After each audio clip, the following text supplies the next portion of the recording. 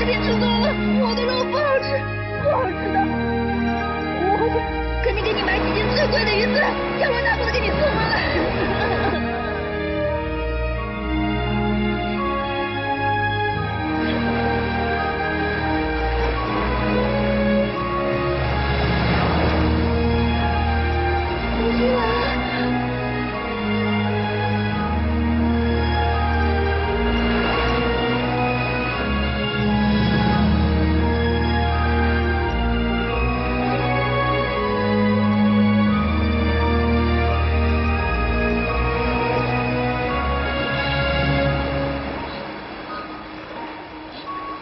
别哭了，再哭就把你扔海里去。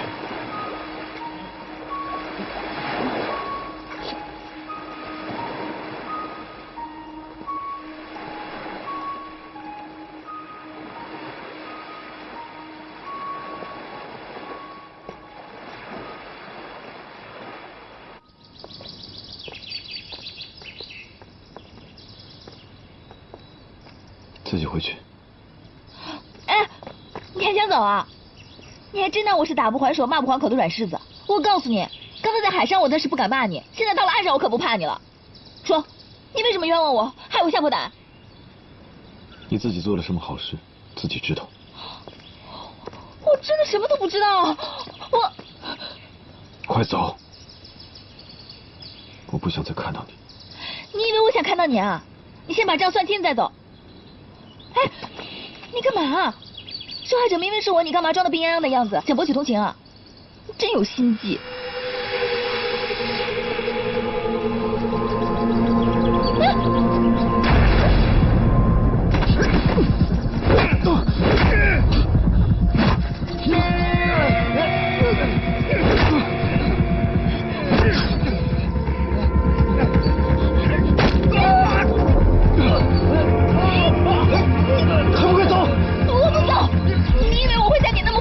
吴局长，你等着认错吧。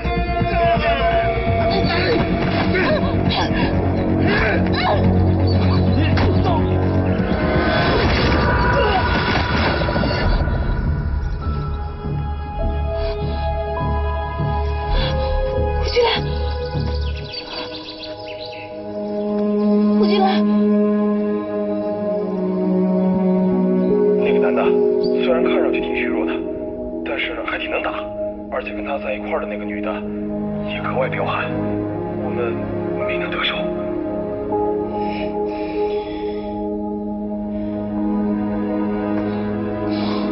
一群废物！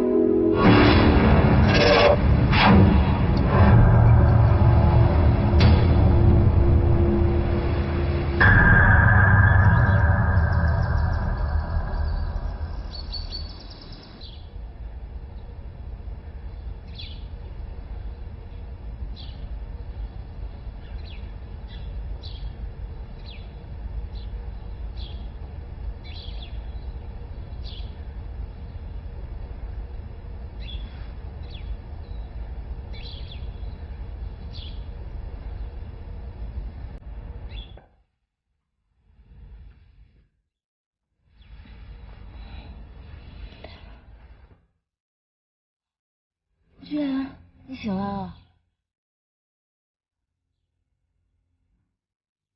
吴菊兰，你不会失忆了吧？你还记得我是谁吗？我是沈罗，就是把你救回来的大好人沈罗啊，你还记得吗？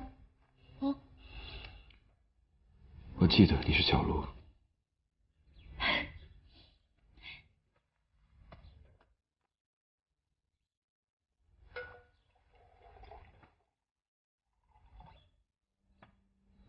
喏，喝水。你不是最爱喝水了吗？昨天晚上的事情你还记得吗？哎，我们还真是背。回来的时候在树林里遇到了2个小混混，那2个彪形大汉一下子就把我们团团围住了。我看我们是躲不了了，只好硬着头皮上。结果你这个外强中干的家伙，没打2下就晕倒了。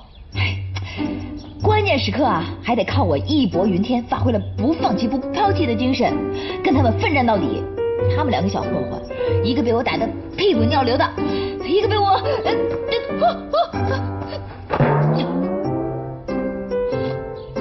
经过一场硬仗之后呢，我还得把你这个重得像猪一样的家伙扛回来。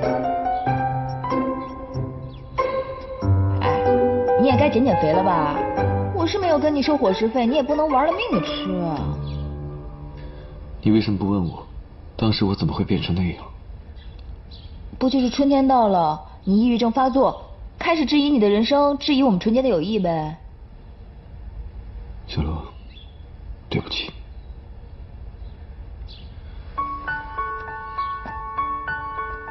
从今以后，我再也不会怀疑你了。一句对不起就行了。你对我进行了精神上、肉体上的双重折磨，一句对不起就想一笔勾销。那你想怎样？我想怎样？你等着，最后你就知道了。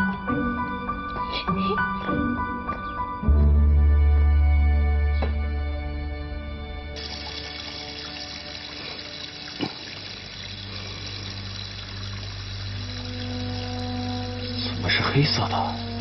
安老板，您的伤这么要紧吗？你只要把我交代你的事情做好，其他的不要管。啊，好。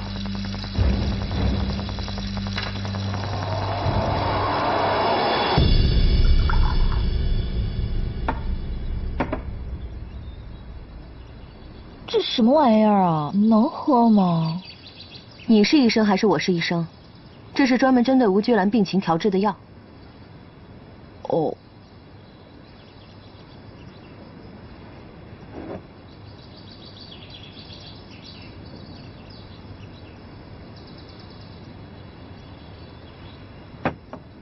怎么样，好些了吗？好多了。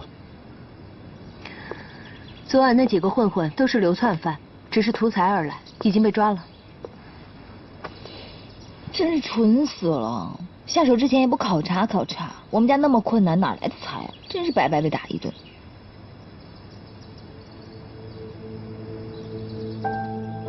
帮我拿杯水好吗？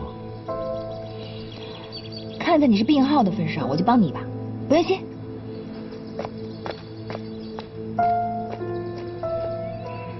昨天你喝的酒，是沈罗准备的？肯定不是沈罗下的毒。出了这样的事，你还愿意相信他？人世间最好的品质，就是信任。小罗相信我，我也相信他。如果说他想针对我的话，在树林里他就不会救我。我相信小罗对我是真诚的。那除了他还会有谁呢？有谁会懂得用曼陀罗对你下毒？应该是黑巫师的人做的吧？他还留在岛上，伺机对付我。你有没有查到什么消息？暂时还没有消息。黑巫师的人生性狡猾，而且接受过特殊训练，不会轻易暴露行踪。不过我会尽快查清楚的。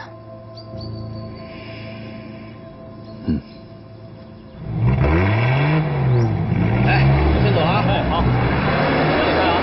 来。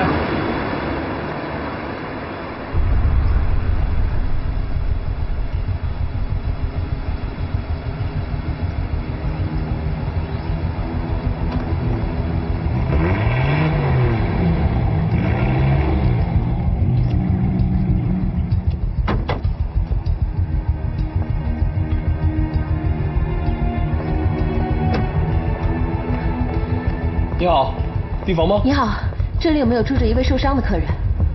我是他的朋友，来给他送药的。受伤？没有啊。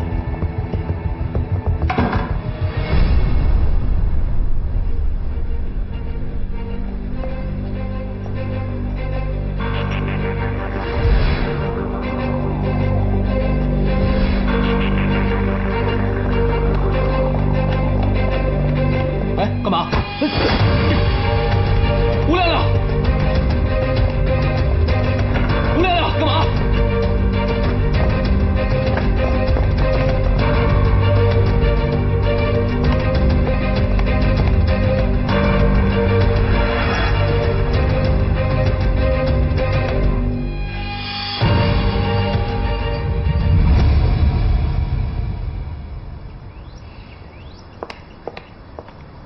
你找什么呢？你为什么会在这儿？我一个朋友住在这儿，他让我过来拿点东西。那这个有问题吗？不好意思。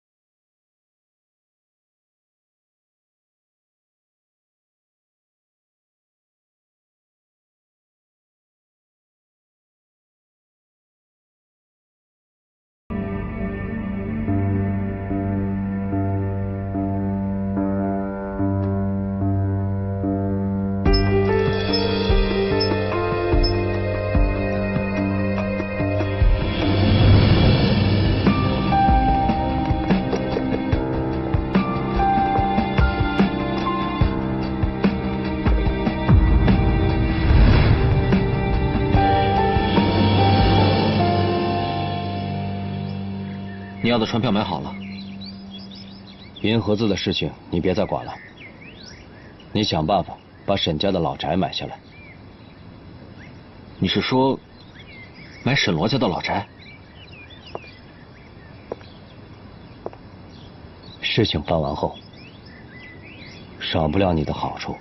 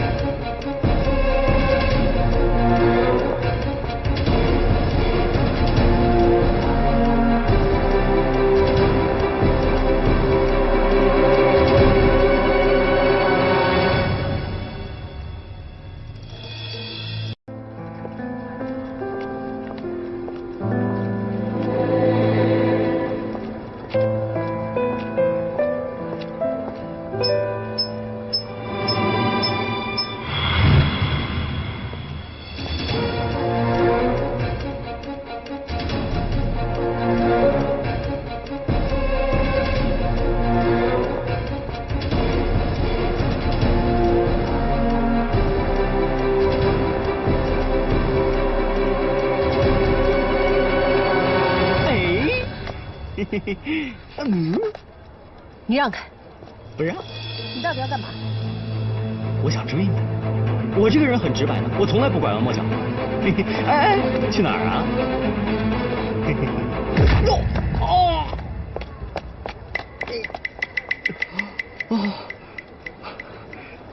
打是亲，骂是爱，不打不骂哪来的爱啊？哦。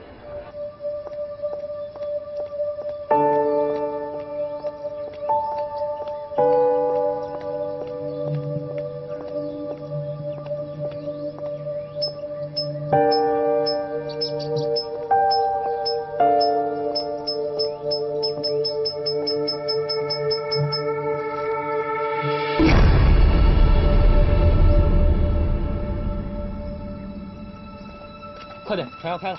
码头。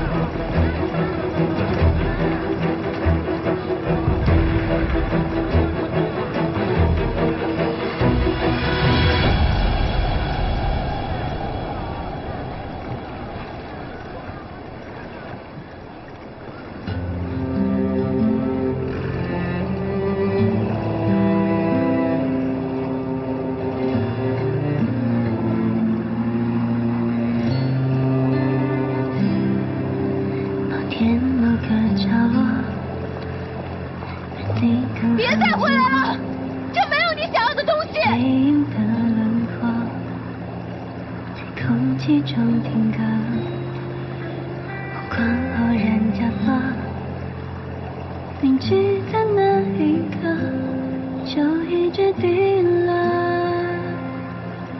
停住了漂泊。不管，不要太清楚，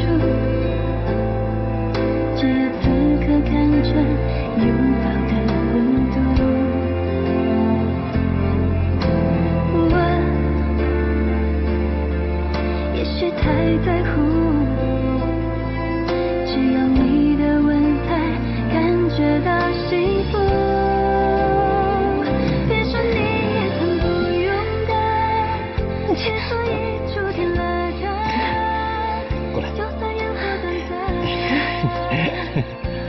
谁叫你穿这么少？可是这样好奇怪啊，好像连体婴啊。反正我们都已经决定要一辈子在一起了，那从现在起去做连体婴吧。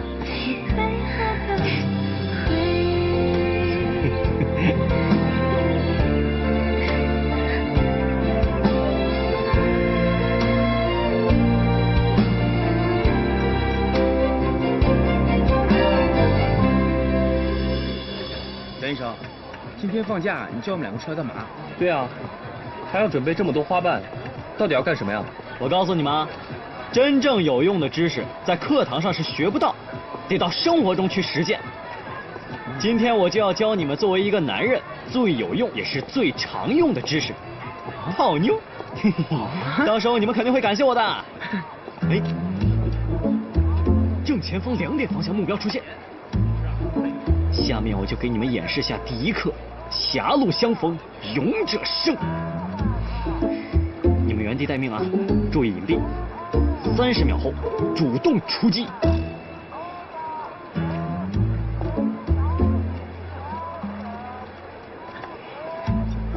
哎呀，亮亮，等我呢吧。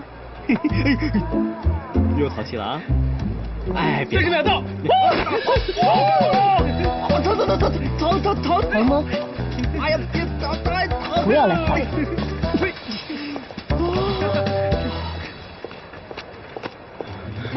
江医生，你还好吧？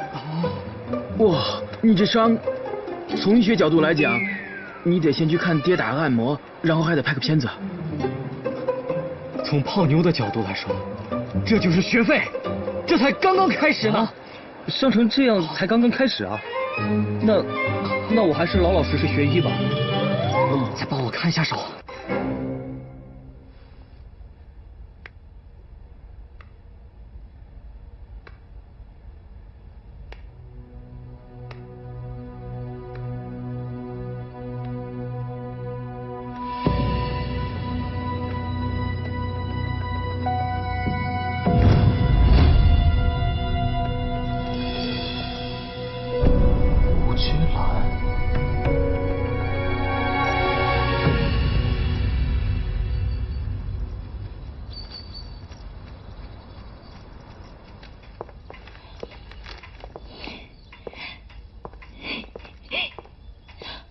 来，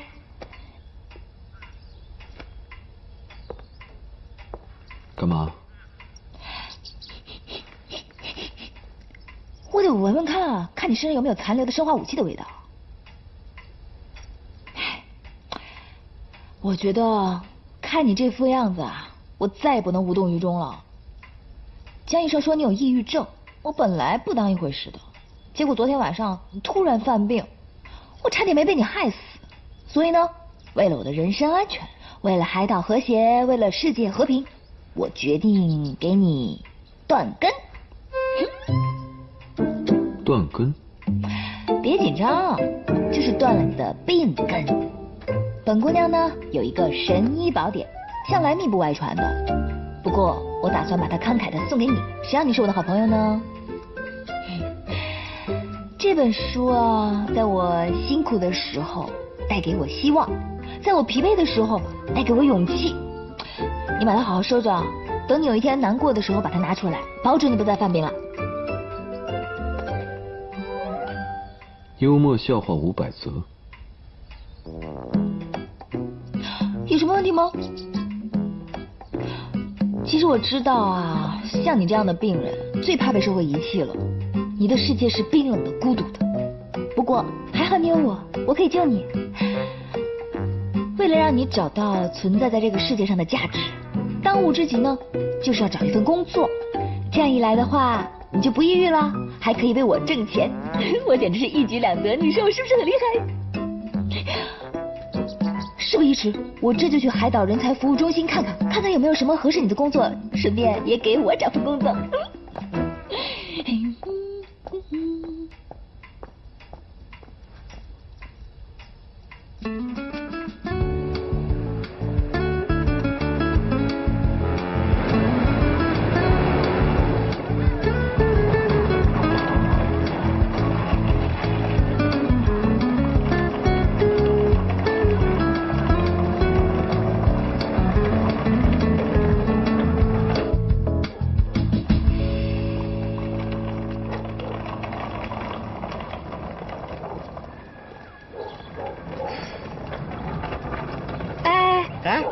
我想问一下，这海螺街37号在哪儿啊？沈罗家呀。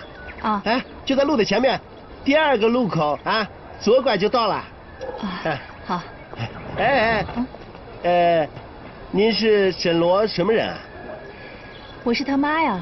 哎，不对吧？沈罗他妈我早些年见过啊，不长你这个样子。后妈。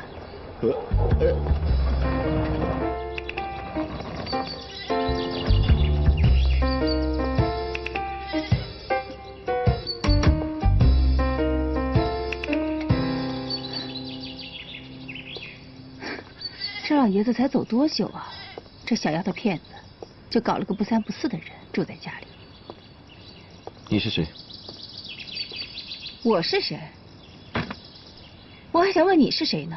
这家都是我的，你在这干什么？我……行了，别说了。你父母呢？把他们叫来，我倒想问问他们是怎么教育孩子的。你们现在这些年轻人真是无法无天啊！你知不知道，这孤男寡女同居一室，那叫非法同居。这搁着过去，这是要拉出去游街的。真是不可理喻。哎，你不承认也就罢了，你还顶嘴你？你什么态度啊？你这是？哎你，怎么了？古巨兰，这是我继母。这是谁呀？你男朋友？不是，这是好朋友而已。切，好朋友？什么好朋友？能逾越性别的障碍，都住到家里来了，还帮你洗衣服。你这朋友也未免太好了吧？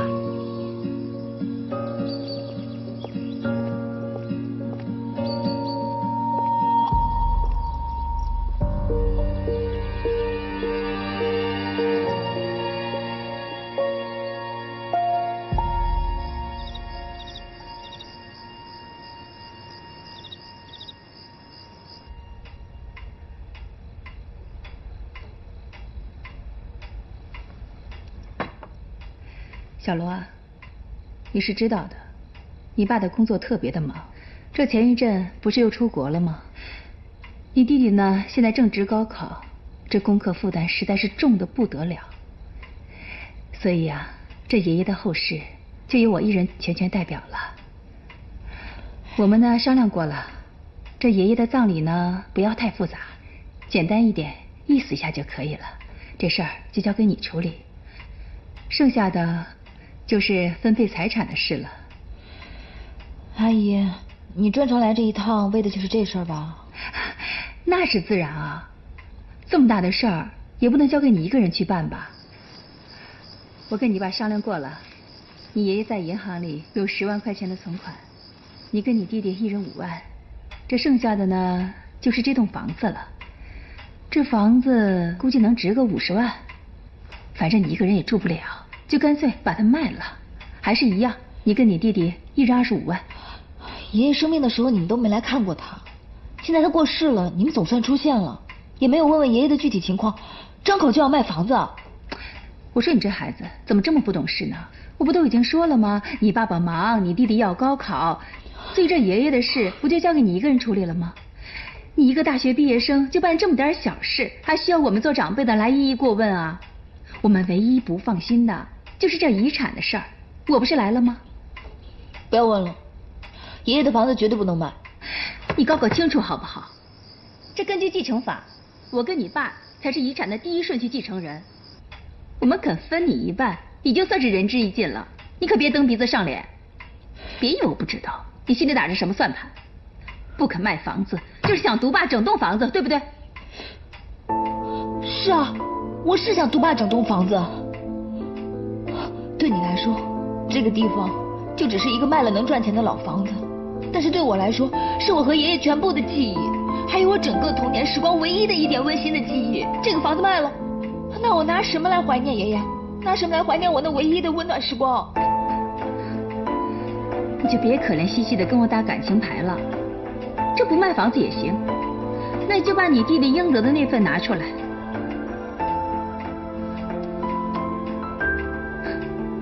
怎么了？拿不出来？拿不出来就只能乖乖的卖房子。总之我就一句话，这房子绝对不能卖的。笑！我告诉你，我不是来跟你商量的，我是来通知你我跟你爸商量的结果的。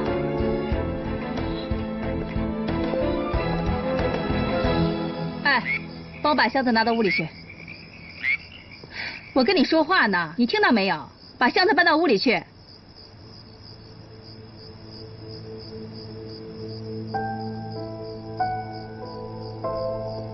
这房子不卖，我是不会走的。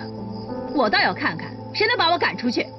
喂，你小心点，当心我的包，别弄脏了，弄脏了你可赔不起。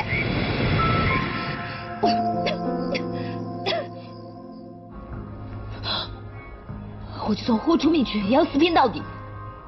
爷爷的房子绝对不能买。哎呀，但是我好像也没有死拼到底的本钱呢。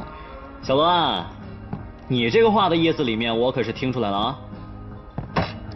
你是不是想找我借钱呀？哎呀，谈钱伤感情嘛。但是我跟别人也没有感情可以伤啊。爷爷走了。这个家，我想要替他守护好。我都计算好了，爷爷留下来的钱还有5万，可是这5万距离30万还是差得太远了。可是我也拿不出太多的钱了，5万块最多了。再多一点好不好？我也想多一点啊，你又不是不知道我这个人就喜欢谈恋爱，谈恋爱有多费钱，你知不知道？能攒下5万块钱已经不容易了。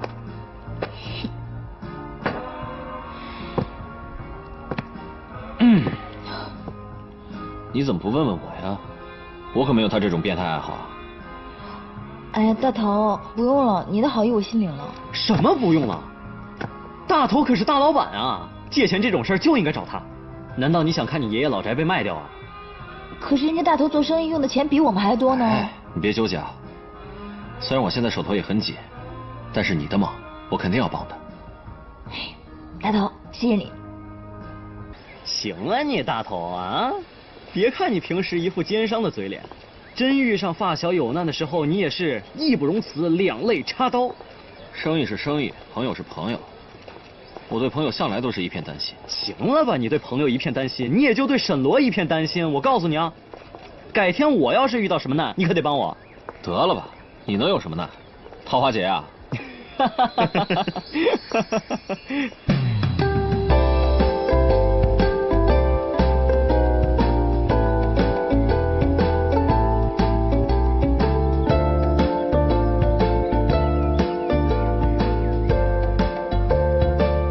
我有正经事，改天聊。来，来，进屋瞧瞧，怎么样？还不错吧？啊？看起来还不错。是啊，你别看我们这小院有些年头了，可是我们一直养护得很好。再说了，这现在这年轻人不是都讲究什么文化品位吗？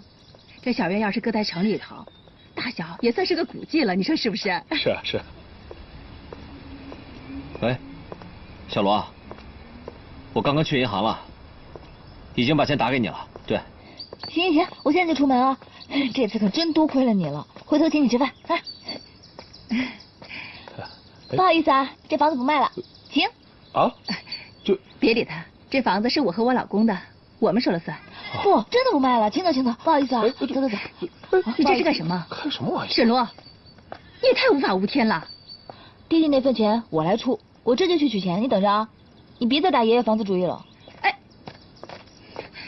你没钱就没钱，非得为了这个破房子求爷爷告奶奶的，背一屁股的债，这么多钱，我看你以后怎么还。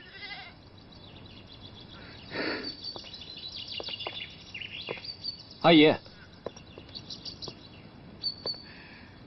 找小罗的，他不在。啊不，我找您。我是小罗的朋友周不文，他们都叫我大头，你应该还记得吧？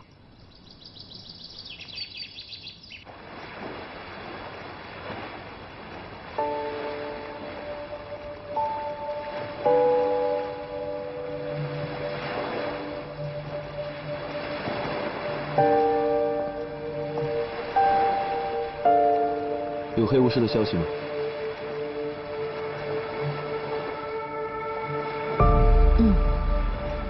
我已经找到那个人了，但是跟踪了他一路，还是被他逃走了。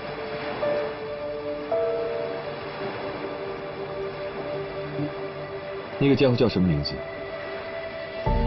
我听沃列特说，这些年你和他一直在研究黑巫师的人。他叫安佐，当年偷取凝灵珠的那个人是他的师祖。这次他没有得到灵珠，还发现了我的行踪。他一定还会再回来的。当务之急，应该尽快找到灵珠。再过几天就是15了。15那天，我因为没有灵珠，会显得格外虚弱。我还会现出原形，所以必须要去海里边。但是那天，灵珠的力量会异常强大，我可以感觉到它在哪。喏，30万，一分不少，你好好数数。这30万呢，肯定不假。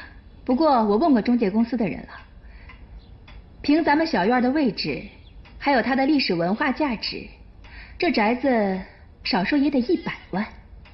什么？100万？是啊，所以呢，你弟弟那份就不止30万了，一口价55万。你当我3岁小孩啊？100万，100万卖给哪个冤大头啊？卖给谁那是我的事，你就不用操心了吧？我看你是存心的吧？你看我想留下这个房子，你就坐地起价，趁机讹人啊！我说你是怎么跟长辈说话的？我能把房子高价卖出去，那是我的本事。再说了，你跟你弟弟能多分一点，有什么不好的？在你眼里是不是只有一个钱字？当然了，我为什么要跟钱过不去？瞧瞧你，怎么就这么死心眼啊？这有了这些钱，你就可以离开海岛，到城里买一套单身公寓呀。我既然回来了，我就不会再离开了。我还是老话一句，这房子我绝对不卖。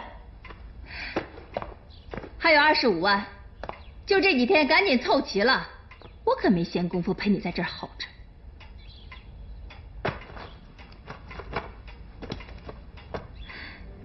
你的意思是叫我坐地起价？对，您就跟他们说这房子值100万。我现在要55万。这房子到底能卖多少钱？他出去打听一下不就知道了吗？你说能卖100万，这也差得太多了，谁买呀？我买。阿姨，其实这房子呢，我一直都特别喜欢，但是爷爷和小罗他一直不肯卖。只要你有法子让小罗不得不把这房子卖了，那我就会付100万把这房子买下来。你这朋友够讲义气啊！没问题，我就照你说的去跟小罗讲。谢谢阿姨。大头，行行，我这就出门啊！大头，这次可真多亏了你啊！不对啊，你刚才是不是跟沈罗通了电话？哦，是我打的。你是不是答应会借钱给他？啊。你想逼他卖房，不把钱借给他不就行了吗？干嘛这么折腾啊？阿姨真是心如明镜啊，什么事情都瞒不过您。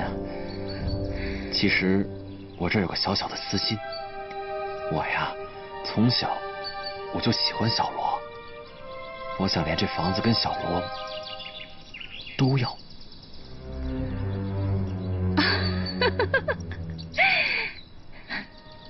你可真会做生意呀！您过奖，您过奖。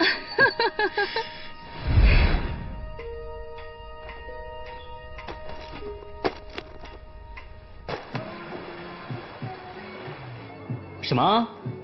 就一个晚上就涨了1倍的价钱？哼！哎，我说你这后妈的抬价能力，比大头还厉害啊！哎，别拿什么人都来跟我比，好不好？我也不知道，可是听他的意思，好像已经找到买主了。我觉得吧，你这个后妈就是想多捞一点钱。你说你爸怎么娶了这么一个女人啊？真的是……哎呀，不过除了乖乖给他钱，好像也没有什么别的办法了。小罗，这要是再让我拿25万的话，我可真的拿不出来了。你别怪我。大头，我怎么会怪你呢？你已经帮我很多忙了。气死我了！啊，难道对于这种悍妇，我们就只能眼睁睁的被他欺负吗？那不然你想怎么样？我就是咽不下这口气。这事儿要让爷爷知道了，他能安心的走吗？那没准半路就杀过来了，还得跟你后妈好好的理论理论，说不定还得抽他一顿。行了，说这些有什么用啊？我有办法了。哼哼，我让你后妈耀武扬威。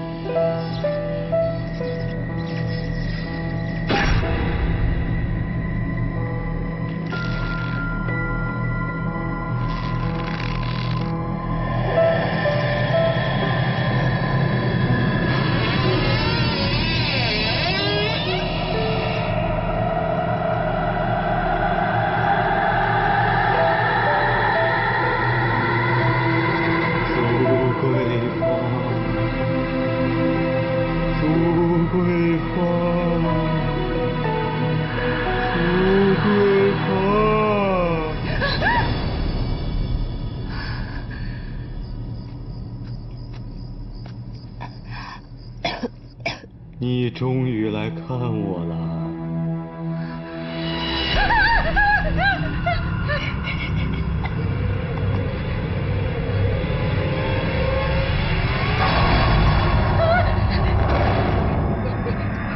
你在那边好好享清福，我会给你多烧点纸钱的。听说你们要卖了我的房子啊？那我回来住哪儿啊？你在那边好好的，还回来干什么呀？你都回来看我了，每年的中秋、清明，我还不是得回来探探亲啊？哦，我知道了，那以后我就去城里，我住在你那儿。我好好的看看我的儿子、孙子，最主要好好的看看你。不要！不要！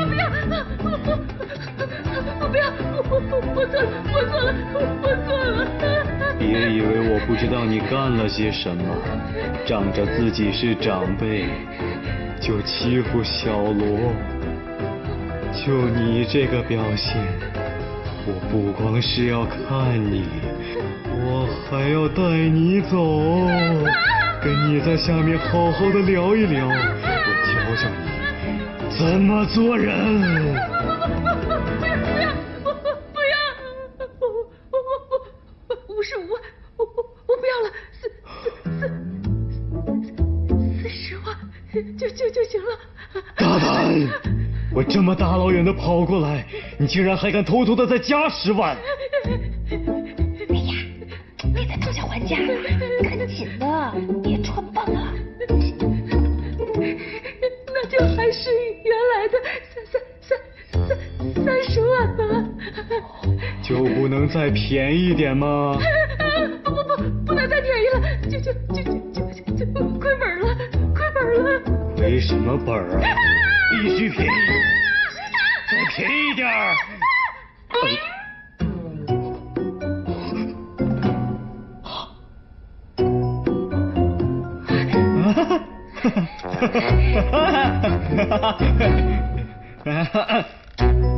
我让你装神弄鬼！哎呦，我就是看到大家最近压力都很大，我就想活跃一下气氛嘛。活跃气氛是不是？对对，开个小玩笑。现在就让你好好活跃气氛，我让你活跃气氛啊，活跃气氛。我错了，我知道错了，我知道错了，冷静。冷静！哎呀，装神弄鬼！我知道错了，打死你！啊！这个不行，我好好教训你！站住！阿姨，我知道错了。我打死你！你站住！阿姨，别打我！江医生，对不起你啊！我错了！给我站住！别打了，别追了！给我站住！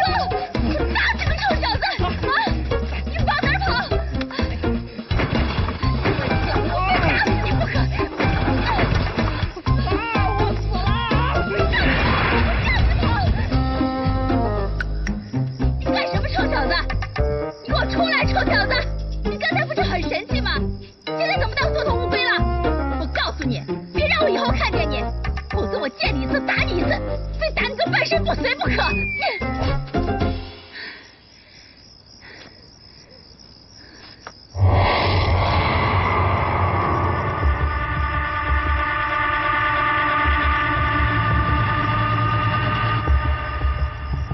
你们这些年轻人真有意思，这走了一个又来一个，你们能不能动动脑子？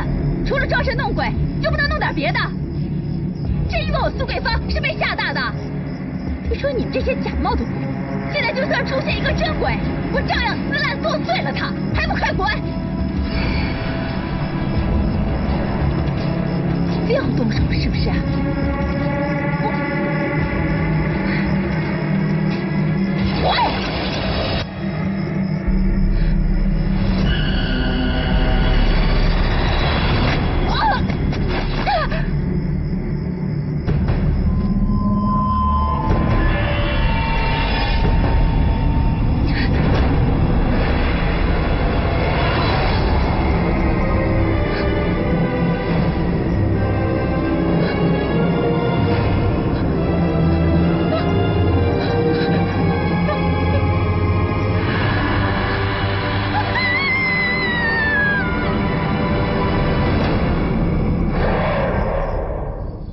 阿姨，扮鬼吓人是我们不对。不，小罗，这千错万错都是阿姨的错。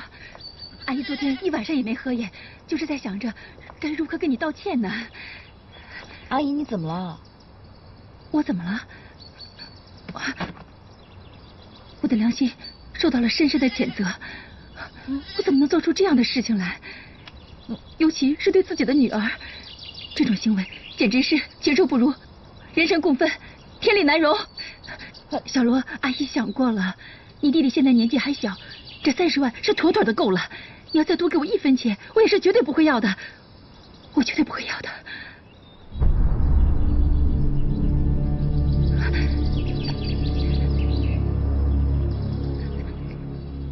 时间不早了，我要赶早班的船回去，我先走了。哎，冷静。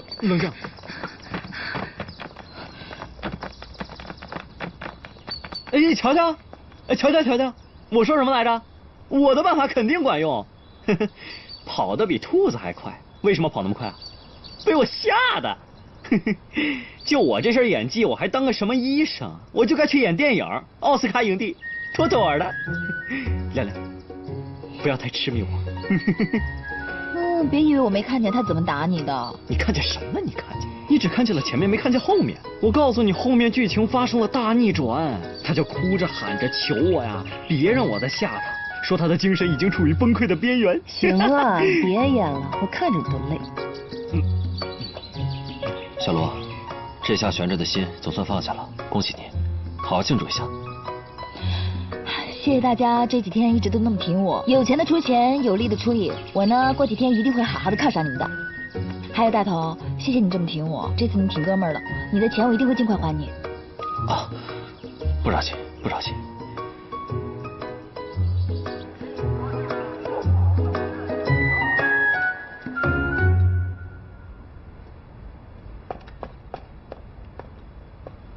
头哥，啊，来了。你让我办的事儿，我给办了。这个完全没有 PS 的痕迹，鉴定完毕。那这么说，这照片是真的？是啊，我这朋友是搞婚纱摄影的，鉴定绝对一点问题也没有。哎，对了，你是不是又从这照片上看到什么宝贝了？兄弟最近手头紧，你可记得想着兄弟啊。放心吧，肯定照顾你。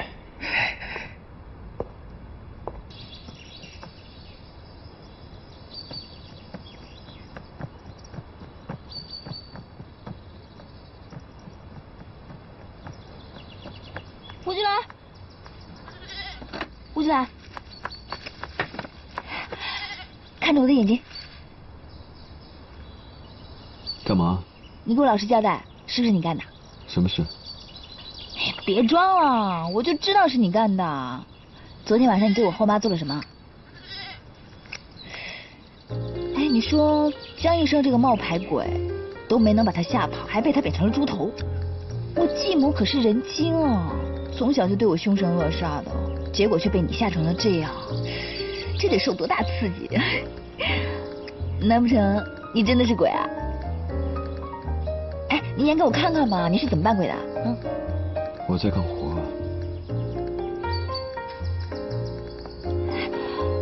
哎，剪个花是多要紧的事情啊！哎，你先演给我看看嘛！我告诉你啊，我就是个重口味爱好者，我喜欢听鬼故事啊，看恐怖电影，还玩什么鬼屋历险，反正越恐怖我越喜欢。哎，反正你闲着也没事，你就演给我看看嘛。我们这么好的交情，你不会不答应我吧？哎，你是不是这么演的？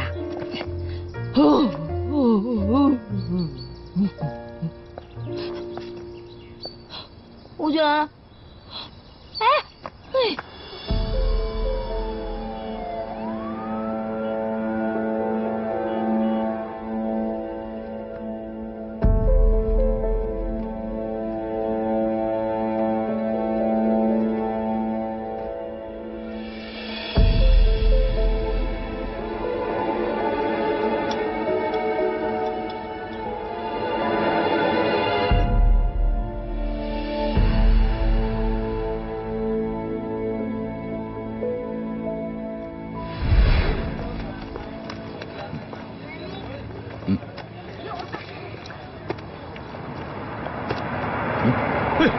站住！站住！站住！请不要伤害我，我实在太饿了。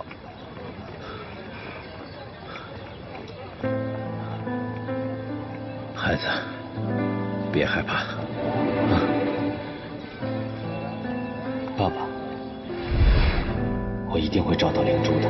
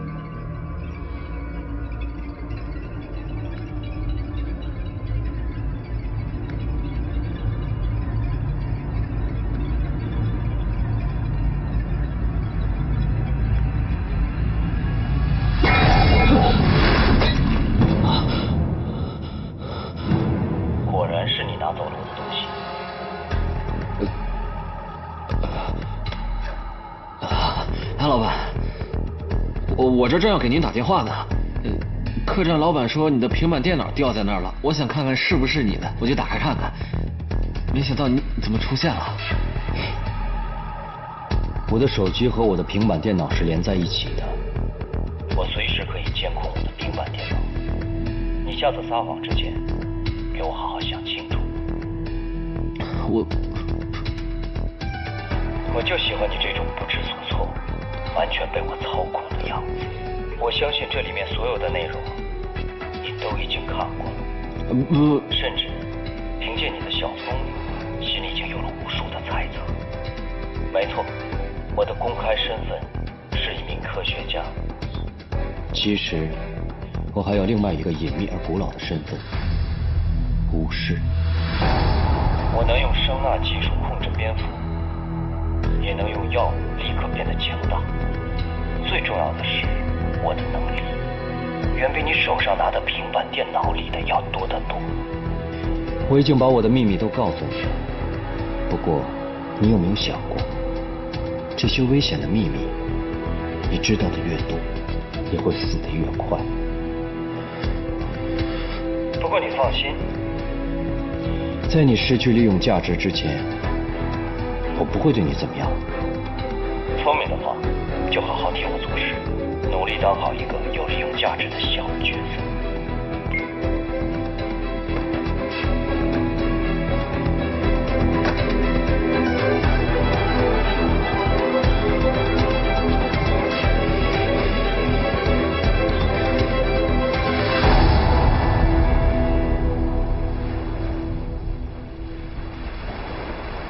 我发现有件事情非常蹊跷，我打听到周不文这段时间一直在海岛上到处收集19世纪的银器，尤其对银罐子特别感兴趣。难道他也在找灵珠？这个我还不确定，但是他的确是在替安佐做事。我曾经在安佐的房间里见过他。这个周不文到底知道多少？他会不会也是黑巫师的人？我亲自去试试他，就什么都知道了。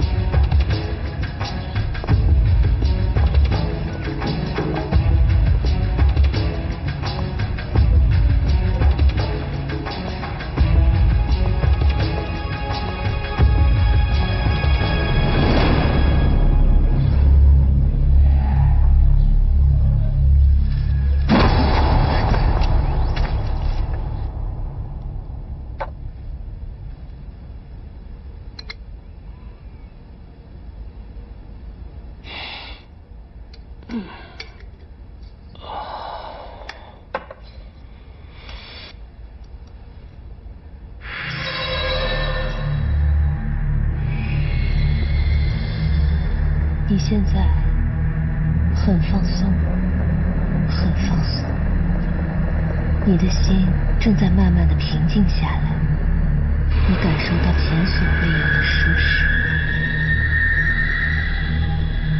我将带你去一个全新的美好世界。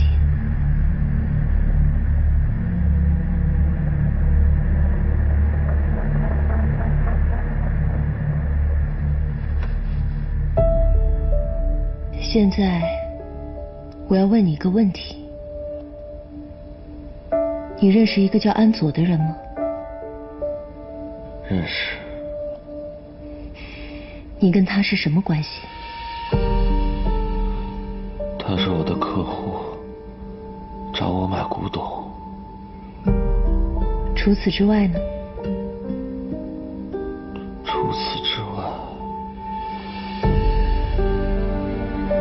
仔细想，慢慢的想一想，除了帮他买古董，还帮他做过什么？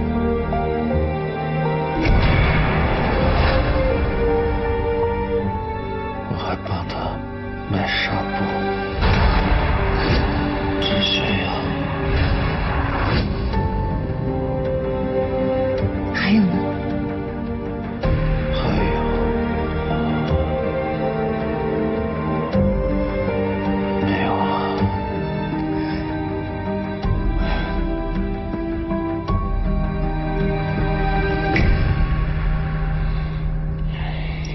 醒了。我这是在哪儿？这是我家。没事吧？我刚刚回家的时候看到你晕倒在路上，所以就把你扶进来休息一下。啊，谢谢你啊。你可能是中暑了，要不我给你倒杯水？不用了，不用。谢谢你啊。那我先走了，谢谢。没关系，举手之劳。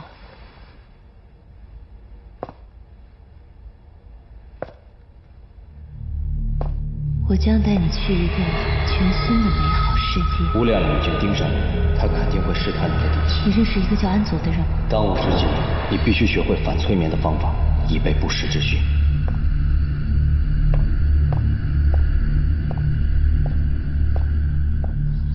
客栈服务员，吃苦耐劳，踏实肯干，要求2年以上工作经验，没戏。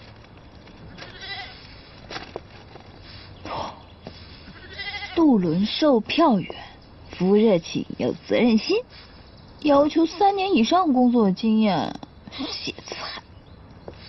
旅行社导游，要求有较强人际沟通能力，这个我擅长啊，以及简单的英文绘画能力，这个我也 OK。导游证，普通话2级甲等以上证书，哎呀，再见。工作怎么这么难找啊？我已经很吃苦耐劳了，连吃个泡面都舍不得加根火腿肠，还欠周不文和江医生一屁股债。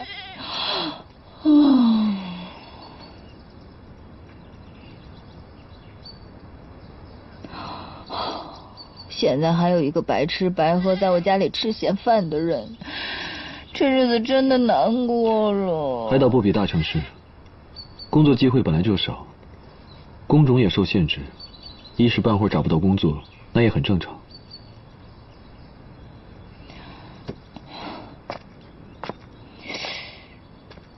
以你这样的条件，要学历没学历，要工作经验没有工作经验，而且还一身的病，也只有我这样的大好人肯收留你了。当我什么都没说过。不过以我的条件，怎么可能找不到工作？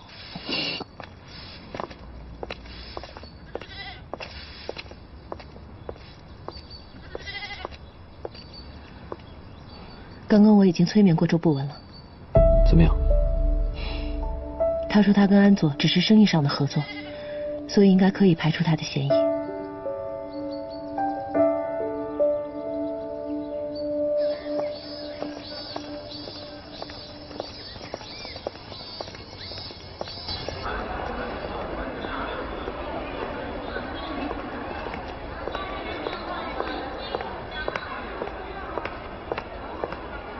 亮亮，亮亮，晚上有没有空啊？看电影我没兴趣，跳舞我也没兴趣，吃饭吗？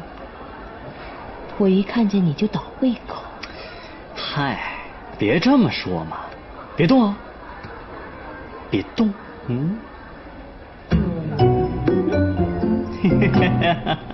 喜不喜欢？漂不漂亮？美不美丽？哎，这个发卡，我们医院小护士们人手一个，你泡妞就不能多花点心思吗？批发有折扣嘛，当然一次性多买点了。多么实惠的男人啊！亮亮，大头，什么事儿啊？早不打晚不打。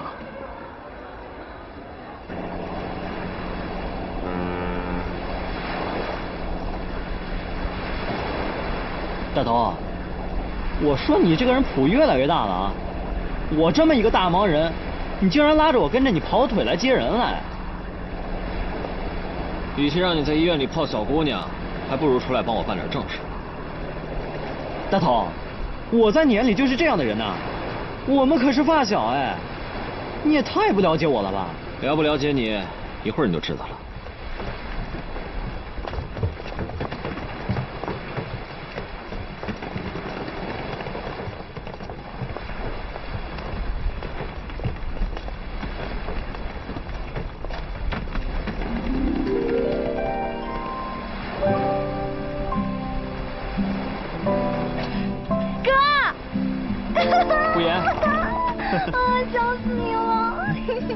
哎，大头，我刚才误会你了，看来你还是挺了解我的。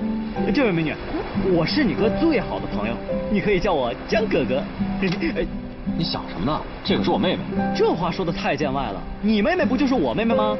再说了，我这个人生平最喜欢照顾妹妹，特别是这种漂亮的妹妹。行，这么爱照顾漂亮的妹妹，就帮漂亮妹妹拿这个漂亮的行李箱啊。没问题啊，我帮你拿行李啊，妹妹。好啊。哎，大头，你什么时候有个这么好看的妹妹啊？怎么没听你提过呀？这是我继父的女儿。我叫周不言。哦，不言，你好。以后在海岛上有什么需要，你可以找我。吃饭、看电影、买东西，提我的名字能打折，带我去免单。江义盛嘛，你这个花心大萝卜，你的花名啊，我早就听我哥说过了。大头，你怎么能在咱妹妹面前这么重伤我呢？我说的是事实。你放心吧，我是不会对你感兴趣的，因为这个世界上我最喜欢的是我哥。这也太重口味了吧！你们俩可是兄妹啊！我们俩又没有血缘关系的。没有血缘关系也不管用，你哥也不喜欢你。哎，你刚说什么呀？我没听清楚。哎，医生啊，这个时候不早了，咱们一会儿上小罗家蹭饭吧。行。小罗是谁啊？师傅，加速，来，快点啊！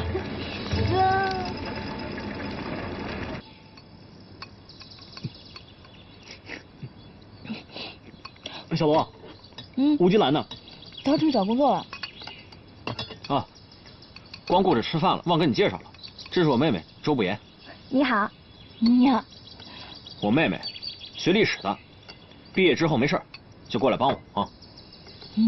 大总，我看出来了，自从小罗回来之后，你也不惦记着回去了。这次干脆就把妹妹都给弄来了。别瞎说，咱们岛上可是越来越热闹喽。热闹你个头！吃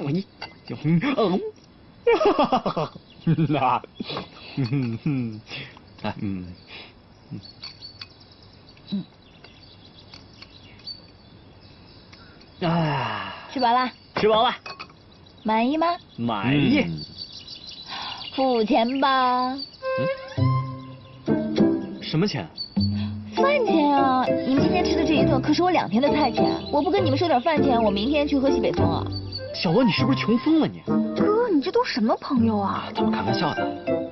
那你们不付饭钱，好歹也给我和吴菊兰介绍介绍工作呗。你想找工作呀？没戏。吴菊兰倒是可以，适合当厨子。